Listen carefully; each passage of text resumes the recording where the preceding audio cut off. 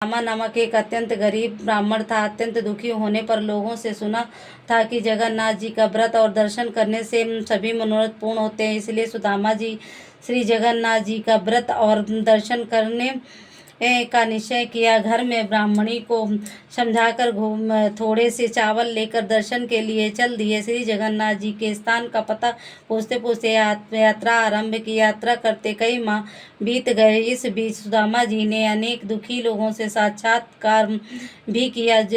सभी ने सुदामा जी को श्री जगन्नाथ जी के दर्शन को जाते हुए जानकर प्रार्थना की, हे महाराज, हमारे दुखों की भी भगवान श्री जगन्नाथ जी से मेरी प्रार्थना करना। इन दुखी लोगों में बोल से बंधा झूमता हुआ हाथी, आम का पेड़, ब्रह्माती हुई गाय का बछड़ा, ताल तलैया, आग से भरी बरोशिया वाली औरत, मचिया चिपकी औरत, इन सब ने अपनी अपनी व्यथा को कहा। हाथी ने कहा कि मेरा जीवन बंधे ही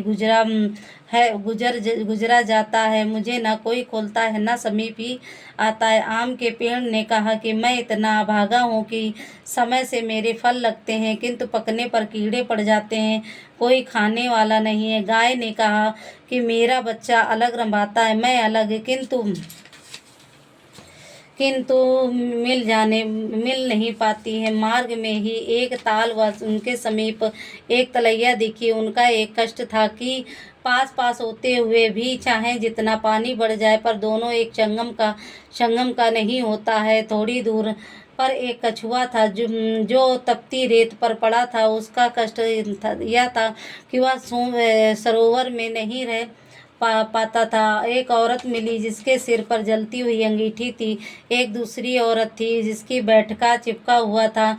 इन सबों ने श्री सुदामा जी से प्रार्थना की, भगवान से मेरे कष्टों का निवारण का उपाय पूछना। श्री सुदामा जी ने सबके कष्टों का विचार करते तथा भगवान का स्मरण करते हुए यात्रा करते रहे। कई महीने बीतने पर जब वह श्री सुदामा जी धाम के करीब पहुँचे, भगवान ने सुदामा की भक्ति जानने के लिए एक जलते हुए भार के समीप खड़े हो गए। रास्ता चलते ही सुदामा जी उसे भार के समीप आए और देखा कि जलते हुए भार के समीप एक व्यक्ति खड़ा है।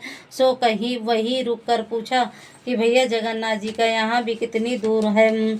मनुष्य रूपी भगवान ने कहा कि आप जगन्नाथ जी के समीप ही खड़े हो, समझो। सुदामा जी ने कहा, भैया तो फिर यह रास्ता बताओ कि जिससे मैं जल्दी जगन्नाथ जी के दर्शन कर सकूं। भगवान ने जलते हुए भार का मुंह दिखाते हुए कहा कि इस रास्ते जाने से शीघ्र ही दर्शन होंगे।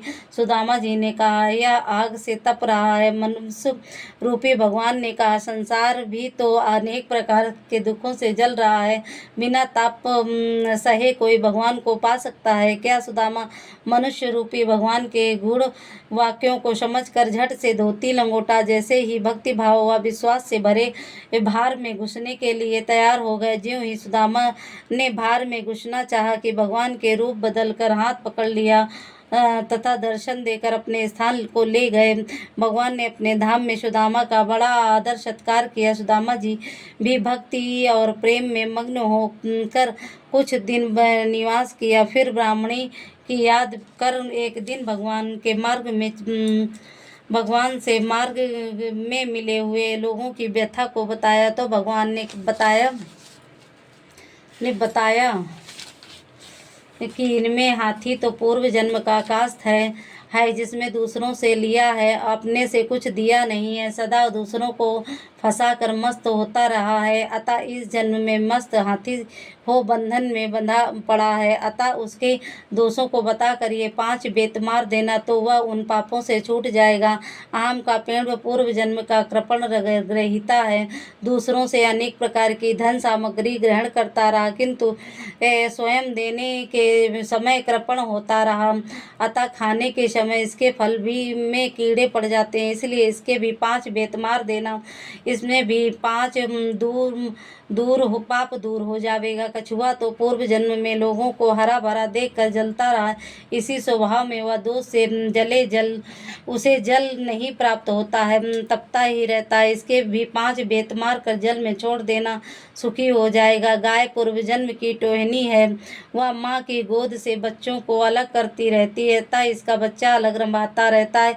इसके भी 5 बेत मार, गाय बछड़ा एक पास कर देना। ताल तलैया पूर्व जन्म के देवरानी जेठानी है, जो एक दूसरे को वापस लिया है, दिया नहीं है, अतः इसी से मिलन नहीं होता है, उमड़ घुमड़ कर रह जाती हैं। 5 बेत मार करने चुल्लू पानी एक दूसरे में डाल देना, मेल हो जाएगा। जलती अंगीठी सिर पर रखने वाली स्त्री, जो पूर्व जन्म में रोटी बनाई किंतु तवा चूल्हे के सिर पर जलती ही रहने दिया, उतारा नहीं, अतः उसके सिर पर तपता रहा। 5 बेत मार कर उसके सिर से अंगीठी अलग कर देना।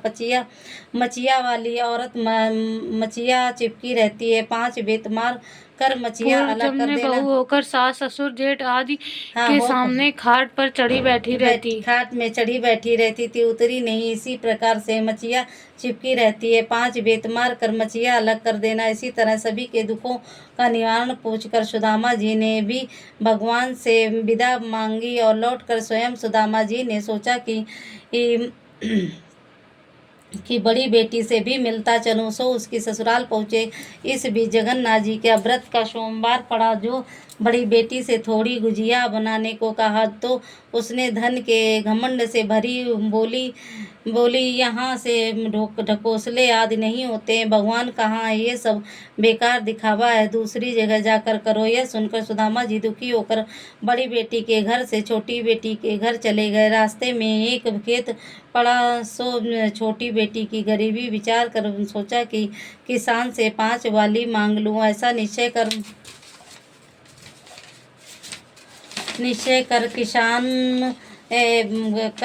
किसान से 5 बाली मांगते हुए बोला, भगवान का व्रत करूँगा।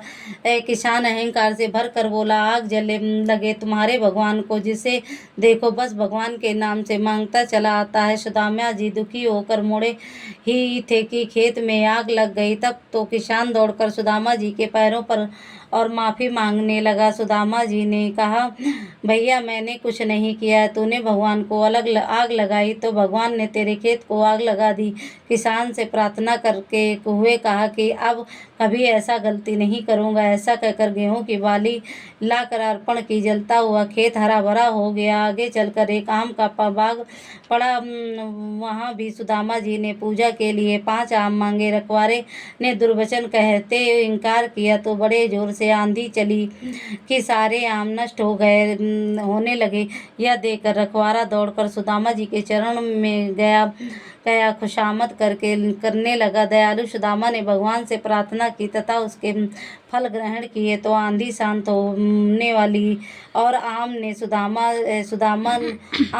सुदामा जी दोपहर को छोटी बेटी के घर पहुँचे और कहा, बेटी गोबर से चौका लगा रखो, मैं नित्य क्रम से निवृत्त होकर आता हूँ। जो कुछ सामग्री होगी उसी से श्री जगन्नाथ जी का व्रत करूँगा। छोटी लड़की ने प्रसन्न होकर चौका लगाया और गरीबी विचार कर साहूकार के घर गए। अपने लड़के को बंधक बनाकर पूजन सामग्री घी खोया आदि ला के गुजिया पूड़ी गुड़ धनिया आदि बनाकर प्रेम से रखा। सुदामा जी के साथ सभी लोगों ने भक्ति पूर्वक व्रत किया तथा कथा सुनी। ज्यों ही कथा समाप्त हुई त्यों ही बंधक रखा हुआ लड़का भी प्रसाद लेने आ गया। छोटी लड़की ने कहा, तू बेटे को देख कर नाराज होते हुए कहा कि तुझे तुम बनिया के पास छोड़ आई थी, तू यहाँ कैसे आ गया। बेटे ने कहा कि आप ही ने तो बुलाया है, अभी अभी एक बूढ़े बाबा गए और बनिया के सब पैसे दे दिए और कहा कि तेरी माँ ने तुझे बुलाया है, सो मैं चला आया। सुदामा की छोटी लड़की बड़ी प्रसन्न हुई। श्री सुदामा जी घर पहुँचे तो देखा कि कुटिया की जगह घर महल खड़ा है और ऐश्वर्य नौकर चाकर ब्राह्मण आदि उपस्थित हैं। ब्राह्मणी जो गरीबी से मुरझाई बूढ़ी सी दिखती थी, वह सोने के आभूषणों से लदी चमकता चेहरा लिए जवान सी दिख रही थी। सुदामा जी प्रसन्न हो ही मन में निश्चय किया कि जगन्नाथ जी की कृपा से मुझे यह सब प्राप्त हुआ है। इनके नाम से एक भंडारा होना चाहिए जिसमें दूर देश की कोई भूखा ना रहे। ऐसा सोचकर चारों ओर हरकारे दौड़ाए, निमंत्रण भेजे, इष्ट मित्रों को बुलाया, श्री जगन्नाथ जी की पूजन का भंडारा शुरू किया। किया ही था कि सुदामा ने सुना कि एक औरत रोती हुई आ रही है। दौड़कर सुदामा जी ने देखा कि बड़ी बेटी रोती हुई आ रही है। सुदामा जी ने पूछा, बेटी रो क्यों रही हो? बड़ी लड़की ने कहा, पिताजी जब से आप हमारे यहाँ से गए हैं तब से पता नहीं किसका कोप हुआ है कि सब कुछ धन संपत्ति नष्ट हो गई है। मैं बड़ी दुखी हूँ। सुदामा जी ने ढांढस बंधाया और प्रेम से भोजन परोसा, किंतु पत्तल पर गिरते ही सभी व्यंजन रोटियां कोचियों के रूप में दिख आश्चर्यचकित थे। सुदामा जी यह देखकर दुखी हो भगवान से प्रार्थना की और आकाशवाणी हुई कि तुम्हारी बेटी ने हमारे व्रत का अनादर किया है तथा प्रसाद बनाने में दुखी हुई तथा इसकी सारी संपत्ति नष्ट हुई तथा भोजन में रोटियां कुचियां रह गई। हम श्री सुदामा जी ने प्रार्थना की कि भगवान आपके भंडारे में तो इसे भर पेट भोजन मिलना ही चाहिए। सुदामा जी के आग्रह पर भगवान ने कहा कि मेरे शीत इसके पत्तल में छोड़ दो, इस भर पेट भोजन प्राप्त होगा, किंतु मेरा व्रत करने से ही इसके दुख दूर होंगे। लड़की ने सुना तो उसी दिन से भगवान जगन्नाथ जी का व्रत करने लगी। व्रत के प्रभाव से सुखी हुई जगन्नाथ जी का व्रत संसार में जो प्राणी करेगा वह संसार के सभी सुखों को भोग कर कृपा की दरिद्री धनवान होगा। जैसा कथा में वर्णित लोगों के दिन बहुरे वैसे ही सबके दिन बहुरेंगे। जगन्नाथ जी की कृपा से दरिद्री को धन, निपुति को संतान की प्राप्ति होती है।